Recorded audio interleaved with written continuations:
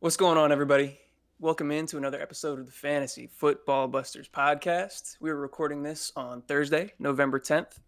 My name is Eric, and my faceless friend over there, my co host Will, he'll jump on shortly. If you've joined us for any of our sit start videos before, then you know why he's not on camera yet. But if you're new to the channel, let me explain it to you. So, we do these sit start videos every week, which we're doing right now, to help you guys out. Try to help you make your sit start decisions in your lineup with a list of these guys that are borderline flex plays. We tell you what we think they're going to do each and every week. So if that's helpful to you and you like this video, drop a like on the video, and that'll help us out quite a bit. But yeah, so we're doing this for you guys, but we're trying to make it fun for us as well. So we make it a competition. Whoever gets the most right wins. Whoever loses has to show up to the next episode in a costume, a hat, a mask, whatever it is. It's just got to be funny. So I haven't seen it yet. You guys haven't seen it yet. Will, what you wearing today, man? Oh man, we got a little bit of a callback to week one. Oh, Except this time, we're bringing out the big guns. I'm kind of tired of losing every week, man. This has been something, man. So I got to bring out the gauntlet. And maybe if I snap away 50% of the NFL, I can win one of these weeks. I think that's a solid plan. You got a little partner in crime with you back there too. Oh yeah, that's what's your name? Oh yeah, that's Inky back there. Inky's so nasty. What's Mr. good, man? Inky So Nasty. Inkward So Nastathan is his full government name. So we got the trifecta for you guys today. The whole crew's in the building. Yeah, bro. Like Um, I'm hoping it'll bring me some luck, man. oh yeah, Oh yeah, there it is. that's what we need. I love it. So yeah, typically we would just jump right into this, but today we got a little special guest. Our guy Ryan H from the YouTube comments and also from the Twitter DMs has hit us up with some of his personal sit start questions. So if you guys want your sit start questions answered, hit us up. We'll be more than happy to do that. So for Ryan H, we got to pick two wide receivers for his lineup between DK Metcalf, Keenan Allen, who I think he's probably doubtful to play this week, so he might not be an option. Brandon Ayuk, Curtis Samuel, Christian Kirk, or Josh Palmer. So I'll send this one to you first, and we can talk about it. Okay, so talking options, immediate options, the ones that I'm immediately not looking at. Keenan Allen, like you said, he's doubtful to play this week. I don't think he or Mike Williams are going to play, so I'm not really banking on either of those two. And the second person I'm actually ruling out here is Curtis Samuel. I believe he's somebody who's gotten a lot of production off a lot of deep plays, last second plays in games. And he's going up Some ref against, interference. yeah, some ref interference. So it's tough to count on him, especially against the very stout Eagles defense that they're playing on Monday. So I'm not really looking at him too much. Christian Kirk bounced back this last week, but we kind of think that may be due to Evan Ingram getting hurt. And as of like the initial reports, Evan Ingram I believe is day to day, so they're still figuring out if he's going to play this week. But they're hopeful that he'll play this week. So whether that hurts Christian Kirk or not, a little bit of conjecture there.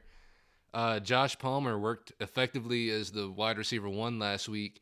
He wasn't a very good player himself, but he got a lot of volume and got a lot of looks. And who did the Chargers play this week? They're going up against the 49ers. Right, and they're playing against a pretty good 49ers defense. Even though they've seen some injuries, that 49ers defense is still pretty decent. Yep. So I am looking at DK here. I'm looking at Brandon Ayuk as well as sort of my top two options at wide receiver here. I feel like the 49ers, they've been very efficient with their playmakers, but at the same time, they've had to throw the ball a good amount. I think this is one of those games where they will have to throw the ball a good amount just because the Chargers will be trying to stay in this game as well.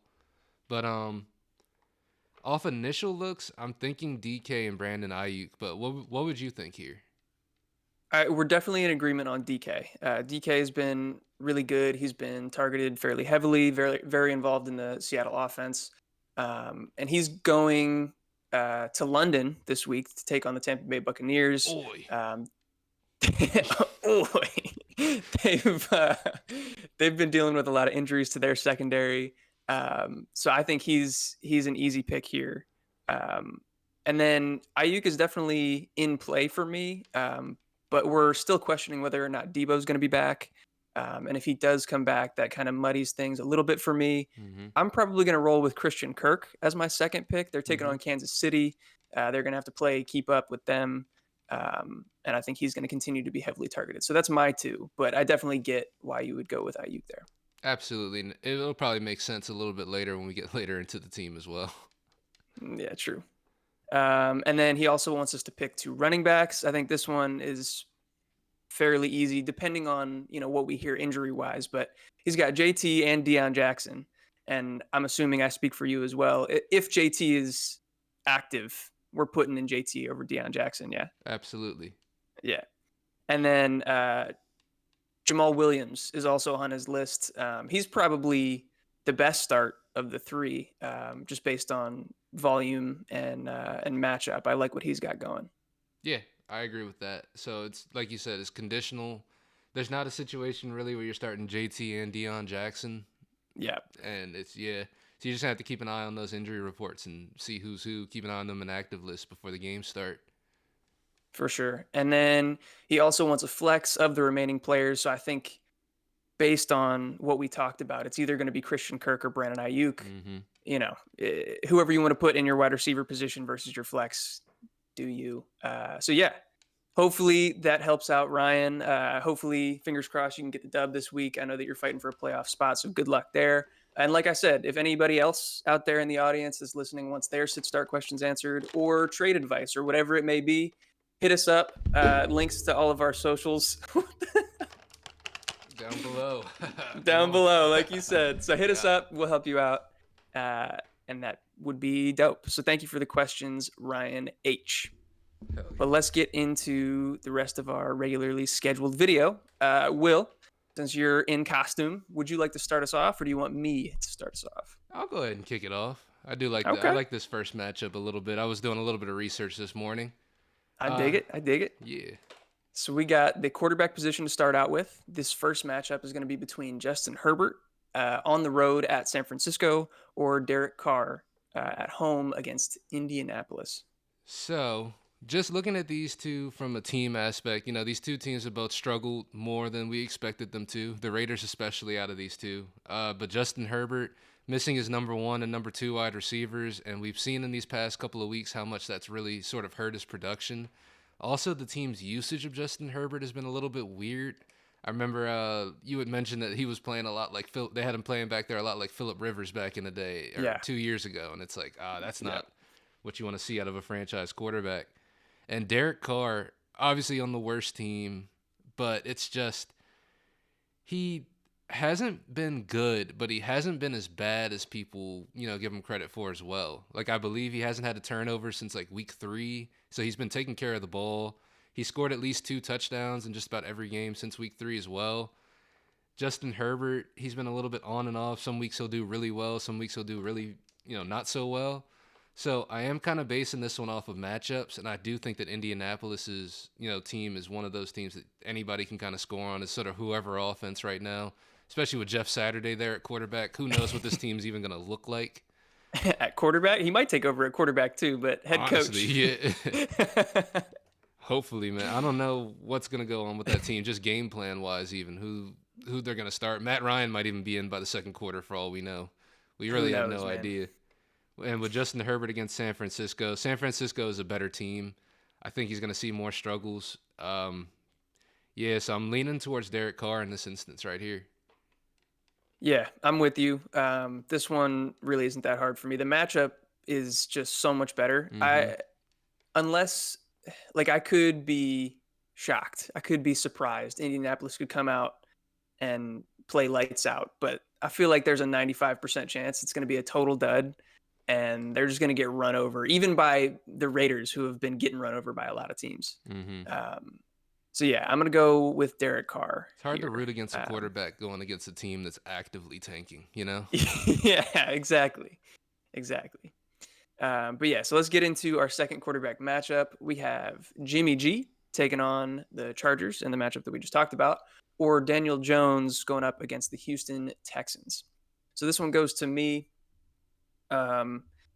Daniel Jones had a couple big games prior to the bye week, and was starting to show off his rushing floor. And then he went up against Seattle, who's actually been one of the top defenses in the league. If you look at the past, I think like 4 weeks, they started out really, really bad, and they've turned it around like full 180. Mm-hmm. So the matchup wasn't great. Houston is definitely a more favorable matchup, but I also think that they're going to be able to run the ball at will against Houston. And the New York defense has been pretty decent, so I don't anticipate this being like a shootout where they're going to have to keep up. Whereas with the 49ers, I think at least the Chargers are going to be more competitive. I think it'll be maybe a higher scoring game. And so for that reason, I think I'm going to go with Jimmy G here.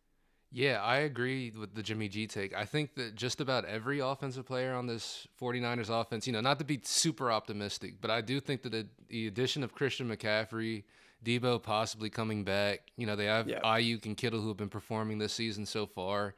It's just this offense is wide open, and Jimmy G is one of the most efficient quarterbacks in the league. He may not come out here and score you 30 points, but he's going to have at least a pretty stable game, and he's got his pick of the litter in terms of who he's getting the ball out to.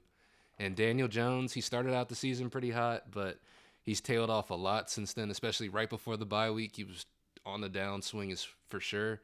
And I'm just not super confident they're going to be able to swing that back this week, even though it is a pretty favorable matchup. But like you said, they should be able to run the ball pretty well. And if they can give the ball to Saquon every play, they're going to do it. So this is a smash spot for Saquon. Yeah. But everybody knows that. So. Every week's a smash spot for Saquon. We said that on this thing. That's facts. But, you know what's good. You know what's going on. But yeah, I'm also going Jimmy Garoppolo there, so I'm in agreement there. All right, cool. So let's get into our running back matchups. We got two of them. The first one being Jeff Wilson Jr., now a member of the Miami Dolphins, taking on the Cleveland Browns, or David Montgomery going up against the Detroit Lions. Okay, so I just want to clear the air real quick because I feel like this is something last week, or at least in our spin the wheel video. If you guys haven't seen that, check us out on TikTok, doing some cool stuff over there. Quick plug. But we talked about, Aaron Jones going up against Detroit, and we were like, oh, it's a cakewalk, Aaron Jones season, this and that. And it just wasn't. Now, we can attribute that to being the Packers being complete shit, right? Are we living in a world where the Packers are worse than the Bears? Yeah, I think so. Fuck. All right, so we got Jeff. You don't have to agree with me. No, bro, I think you're right. It just hurts to think about. It's wild. But we got Jeff Wilson of the Dolphins up against Cleveland. We got David Montgomery of the Bears against the Detroit Lions. It's tough, man, because we got two guys who are essentially in 50-50 splits here, and we're wondering who's going to do the best out of the two. And I want to go David Montgomery because I feel like he should do well against Detroit's defense. But at the same time, this last week, Justin Fields pretty much did everything for this team. They're probably going to tell him this week, we got to do a little bit less. We got to get these running backs going too. We don't need you out there running for 178 yards every game. But I don't know. Jeff Wilson looked really good last week, and it's sort of hard for me to bet against him for sort of inefficient David Montgomery we've gotten this year, But this could be the David Montgomery pop-off game. I'm going to go with who I believe is... Oh, fuck, bro. This is tough. This is one of the hardest ones I think you've ever put on here, to be honest with you. Yeah, it's a tight split for sure. I'm going against my heart. I'm going to go with my head here. I think David Montgomery has an opportunity to have a really good game this week. So I'm going to go with David Montgomery here and hope that this is sort of that, oh, yeah, David Montgomery, he's back. He's one of those weeks sort of, Yeah, no, I like it. And I like the reasoning. Clearly, we both agree this is a really difficult decision to make, so I wouldn't fault anybody for leaning either way or either direction. So the matchups are both pretty good. Cleveland's run defense has been giving up a lot of points. Detroit's run defense prior to last week had been giving up a lot of points. I don't think that last week was an indication that Detroit is a good run defense now. I think the Packers are just that bad, which is wild, but probably the truth. Both of these guys are in split backfields. David Montgomery competing with Khalil Herbert, who's been the much more efficient back, but still isn't getting the majority of the touches. And Jeff Wilson, who just got traded to Miami, has already kind of supplanted Raheem Mostert as the 1A. He got more touches and more opportunities last week, and I think looks like the more explosive back.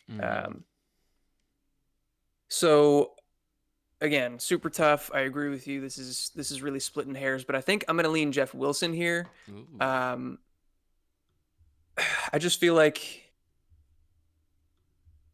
Miami is going to hang a lot of points on the board against Cleveland. And I think if they're able to do that on the ground, then they'll be happy to do that. And also, I just think that they're probably going to get up to a lead early. And so they might lean on the run game a little bit more. You could probably make a similar argument for Chicago. I think they're the better team against Detroit there as well. But yeah, it's a tight one. I'm splitting hairs and I'm going with Jeff Wilson. Bet. I mean, like you said, it's a tough one, guys. So either way Yeah. is not a bad decision, but at least that's our rationale behind it. Yep. Let's get into our second running back matchup. We got Devin Singletary at home against the Minnesota Vikings with a currently questionable Josh Allen at quarterback. We can talk more about that as well. Mm. Or James Conner on the road against the LA Rams. So this one's me first. We have been getting a little bit more clarity on the Josh Allen situation, but still unsure whether he's going to play this week. It sounds like if he misses, it'll probably only be a week. Um, I don't know. That seems to be what people are leaning towards. Most of the reporting is saying that he can play through this, might be able to play this week. If not, it's going to be next week. But if the team wants to be really safe and shut him down with playoff hopes in mind, then they could go that route and shut him down for like 2 to 4 weeks to try to get him back to full health. Anyway, um, James Conner returned last week from injury for the first game. He got the workhorse role, relegated Eno to the bench. It didn't end up being a very productive role just because he's inefficient. Arizona's offense isn't very good. The LA Rams' run defense is actually okay. Minnesota's run defense, I think, is top 10 in the league. But I do think that if Josh Allen is out, or even if he plays, they're going to need to lean a little bit more heavily on the run. So I think that benefits Singletary by just a little bit.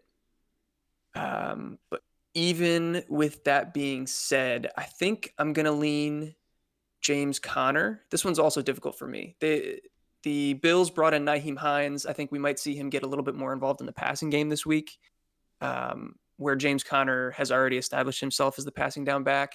And I think that's where he's going to make his money this week. So that's where I'm going to go. Yeah, I'm gonna mirror the same sentiments. It's just too much uncertainty in the air about Josh Allen right now, and if he's not Yeah. playing this week, I'm definitely not, betting on Devin Singletary to have a big week.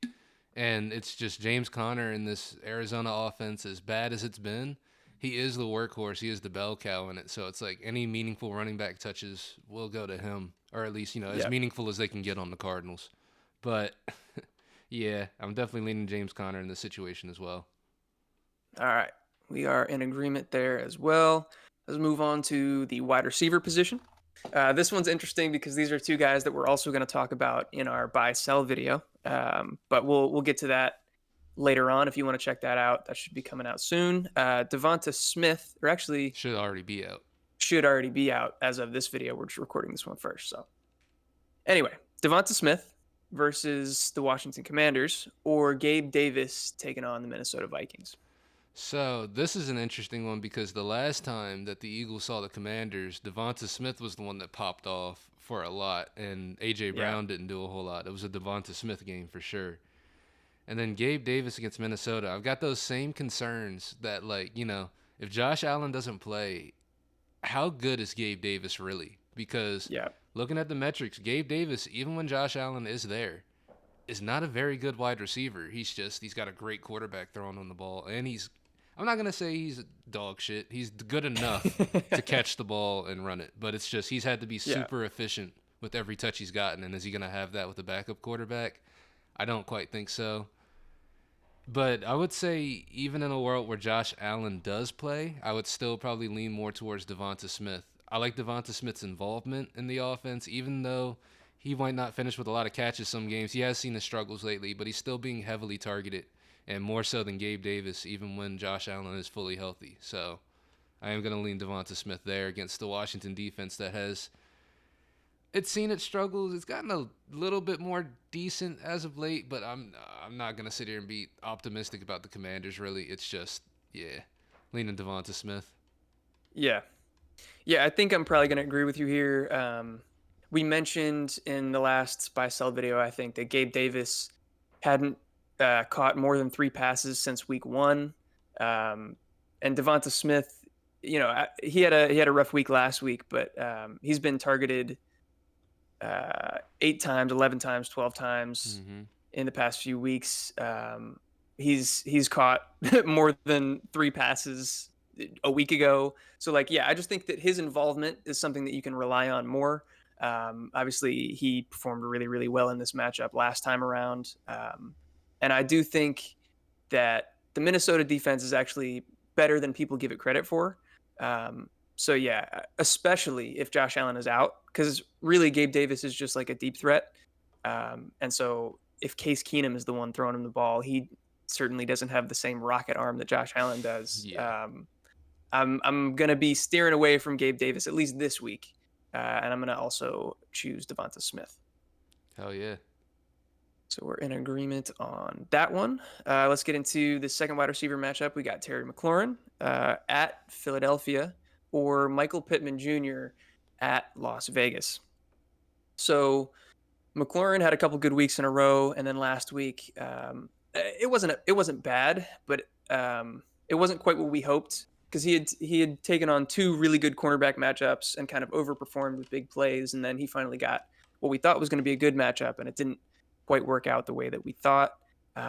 Michael Pittman is dealing with just a crazy situation over in Indianapolis with the coaching change, the offensive coordinator change. Still got Sam Ellinger throwing him the ball. Las Vegas should be a really good matchup. They've been terrible on defense. Um, but it's hard for me to trust that situation. Whereas like Terry on the other side, also like the opposite, he has a terrible matchup against Philly, whose corners have been locked down, whether it be Darius Slay or James Bradbury. So this one, it's it's tough, but I think I'm probably going to lean Terry. I Mm-hmm. have no idea what to expect from this Indianapolis team, and it could be one of the worst performances we've ever seen. Yeah, I'm mirroring the same exact sentiments. I can't bet on this Indianapolis team. It's kind of hard for me to bet on any of these players. Like, some of you guys have Michael Pittman, and you're probably going to have to start him, and it's going to hurt. But he could still have a good game. I'm just not super confident in it. Whereas Terry, at the very least, the team is somewhat functional. You know, he's got a good target share and an offense with a quarterback that at least likes him. You know, he's being targeted about 25% of the time, which is really good. Yeah. That's what you want to see. Yeah. And even though it is a tough matchup, Terry McLaurin is surprisingly, like, not even surprisingly, but he's really good at making contested catches. So it's not like if he's draped on the whole game, he's not going to be able to do anything. There's still a possibility that he can make some of those big plays still, because we've seen him do it time and time again. But yeah, I can't bet on Indianapolis. This is such a crazy year of football. But I know. yeah, I'm definitely leaning Terry McLaurin in this situation. Indianapolis situation is way too volatile. I got to see what happens this week before I can bank on any of these guys. Yeah. Yeah, that makes a lot of sense to me. Yeah, I would be trying to get all Colts players out of your lineup if possible. I know it's not going to be for a lot of people if you have like JT and he plays or Michael Pittman, like you said, but I don't know. It's going to be interesting to see what happens. Absolutely. But let's get into our flex matchups here. We got Rondale Moore on the road against the LA Rams, or Antonio Gibson in that same Washington matchup on the road against Philadelphia. Yeah. So looking at Rondale Moore, he's somebody who's been moved into the slot. Last week he saw 10 targets, able to turn that into 8 catches and have a really good game. Just wasn't able to score. But Antonio Gibson going up against Philly, he's been on the upswing as of late. Last week, not really so much. But the issue here is Antonio Gibson. This is a game where Washington should be down. We should have our passing downs backs out there. J.D. McKissick hasn't been playing as of late, so Antonio Gibson has been working in that role. Yeah. So he does have that receiving upside. However, I do kind of like Rondale Moore more. I like his matchup a little bit more. I think the Rams defense definitely isn't as good as Philly's defense whatsoever. I think Rondale Moore coming out of the slot is going to be someone who's heavily targeted. I don't think he has to worry about too many looks from Jalen Ramsey all too much. I think he should have a majority of his time spent with DeAndre Hopkins, maybe following him around. I don't know if they actually Do they still move Jalen Ramsey around the field too much? They've been kind of sticking on the one side more than often lately, His haven't they? I I don't want to talk out of my ass because I don't really know. I know Mm-hmm. that earlier in his career he definitely shadowed, and then the past couple of years I think he kind of stuck to one side of the field. But I've also been seeing him in the slot some this Yeah, year. that I is true. I don't know how often. I couldn't tell you the percentage of time, but he's been used in the slot some this year. So that is a little bit scary, but I do think Rondale Moore is still talented enough to get open. Jalen Ramsey also hasn't been amazing as of late. He's been Yeah. a little bit on the decline, but he's still really good. I'm not going to say he's not. But I do like Rondale Moore more than Antonio Gibson in this situation. I don't think Antonio Gibson will be able to get much done on the ground, so he is going to be pretty dependent on the passing game. And I don't really got Taylor Heineke checking down a whole lot. So it's just, yeah, Yeah. he's going to have to be down the field to really catch a lot of those meaningful passes at least.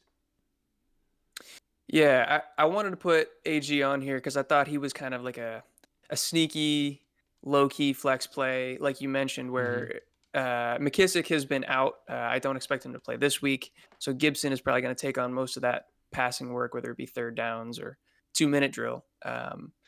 And he is splitting like the base down work with Brian Robinson, but typically, or so far this season, Antonio Gibson has been the more efficient back against Philadelphia. I don't expect either of them to be efficient, and yeah, Taylor Heineke is his bailout is to run most of the time instead of to check down. Mm-hmm. Um, so I don't think that Antonio Gibson is a bad play. I think it's a potential that he could rack up some yards on some dump offs. But yeah, I think I'm going to agree with you here. Rondale's usage has been pretty encouraging since they've moved him back into the slot, and his target share, the amount of opportunities that he's seen, is enough for me to feel more confident in his production than Antonio Gibson's this week. So I'm going to go that way as well.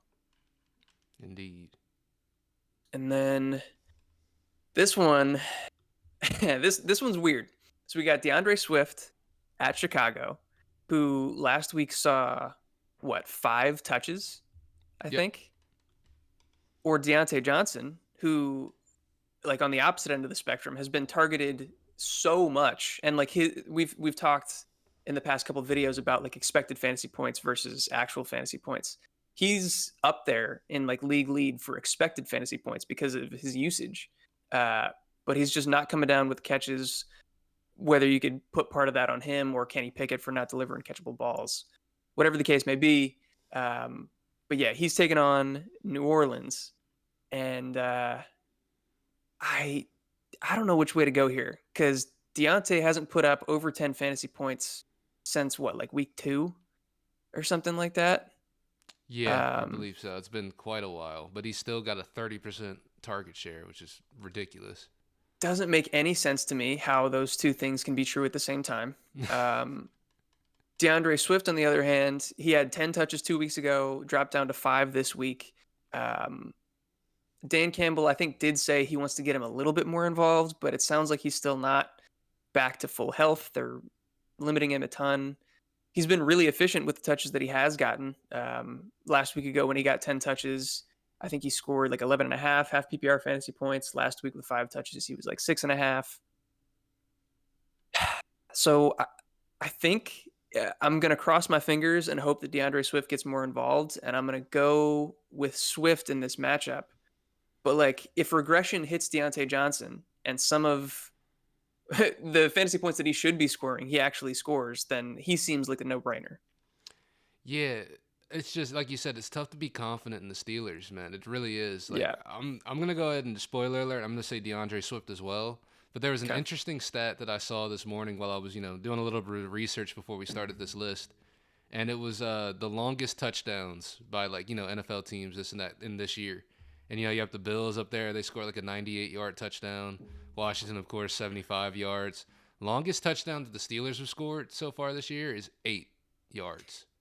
I think I saw that same tweet. Yeah, That's wild. it's absolutely insane. And, the statistician in me would say that, there's some regression coming soon that's got to change. But at the same time, it might not. This team is not good. So it's tough for me to bank on a wide receiver really scoring a whole lot. Also, especially one as small as Deontay Johnson. But, they are missing Chase Claypool now. They did trade him Yep. away. But I think the beneficiary of that is really going to be Pickens more so than Deontay Johnson. I don't think he can really benefit anymore. He's already got a 30% target share and hasn't done much with it. So Agreed. yeah, I'm leaning DeAndre Swift too. I don't know. I need more out of Kenny Pickett before Yeah. I can even trust any wide receiver on this team, or at least see what a target funnel looks like. Yeah. No, I agree with you there. And New Orleans not going to be an easy matchup for them either. So we will see what happens there. Let's get into our final matchups at the tight end position. We only have one that we've disagreed on so far. So we'll Yes, see if that changes. We got CADE OTTON taking on the Seattle Seahawks. And this one, again, is across the pond over in London. Or actually, is this the Germany game? Or is this that is the Germany game, isn't it? this is the first The game Seahawks. in Germany? Yeah. Mm-hmm. So that's kind of exciting. But yeah, Kate Otten versus Seattle or Gerald Everett at San Francisco. Yes, this is a German game, y'all. We are going to look at some matchup. Cade Otton versus the Seahawks or Gerald Everett versus San Francisco. You guys kind of know how I feel about Gerald Everett in any time where he's got to like be the spotlight showcase person. He's just sort of crashed, and it's crazy because he's not even really the spotlight guy. At the very least, at the highest, he's the number two guy as a receiving option in this offense because Austin Eckler has been carrying this team for the most part. But Cade Otton, very involved, and the team trusted him enough to go with him for the game-winning touchdown last week. That's really got to mean a lot, especially with Tom Brady back there. He's starting to build that rapport with Tom Brady as well.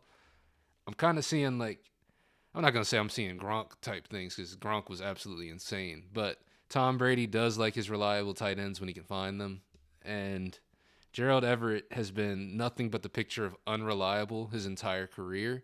So I'm hoping with the rookie Cade Otton, he's going to show some reliability. We're going to see some sort of pattern, some sort of consistency out of him. And like you said, Seattle's defense has been playing really, really well as of late. San Francisco's defense, they've seen some injury concerns as of late. They haven't been as good, but I still think Gerald Everett is going to see a good amount of like good coverage coming out of the tight end position, especially if they have like Fred Warner somewhere in that location Yeah. covering him. That's a really bad matchup. So Probably the best cover linebacker in the league. yeah, and if that's the Yeah. case, I'm buying in on Cade Otton right there. Yeah. You mentioned that Seattle's defense has turned it around. They've been one of the best in the league. But even with that being said, I Mm-hmm. think they're still 32nd as far as fantasy points allowed to the tight end position, meaning Whoa. a good thing. They're Yeah. the worst. They allow the most points. So yeah, I think the matchup is incredibly favorable. It doesn't get better for Cade Otton. And so that's my actual analysis. But also Gerald Everett's just been pissing me off, man. I got him I got him on my fantasy team and he's just not doing anything for me. These are supposed to be smash spots. He seems like the number two option in the receiving game on a team that's desperate for pass catchers, and he's just not getting it done. So personally and analytically, I'm going to go with Cade Otton here. Hell yeah. And then our last matchup of the day, we got Cole Kmet taking on the Detroit Lions or Greg Dulcich going up against Tennessee on the road. So this one is interesting because Cole Kmet hadn't done anything all season. He was terrible. A lot of people were touting him as like one of those kind of sleeper tight ends that was supposed to pop off this year. But since Chicago has kind of turned their offense around this past couple of weeks, he's also been on the rise. His usage has been fantastic. He's been running almost 100% of routes, meaning he's running routes basically every time that Justin Fields is dropping back to pass. Um, and he caught 2 touchdown passes last week. They're going up against Detroit, who hasn't been a good defense, so I expect them to be able to score on them as well. Dolchich has also been really impressive. His usage, again, has also been really good in this offense. He's up there in routes run with Cortland Sutton and Jerry Jeudy. But Tennessee's defense has been much better than Detroit's, especially their Mm. front seven and their pass rush. So I expect that to make life difficult for Russell Wilson and the Broncos in this one, even if their secondary hasn't been quite as good. I don't know. They just held Kansas City to 20 points. So I don't know how the Broncos are going to put up any reasonable number of points. So I think I'm going to go Cole Kmet.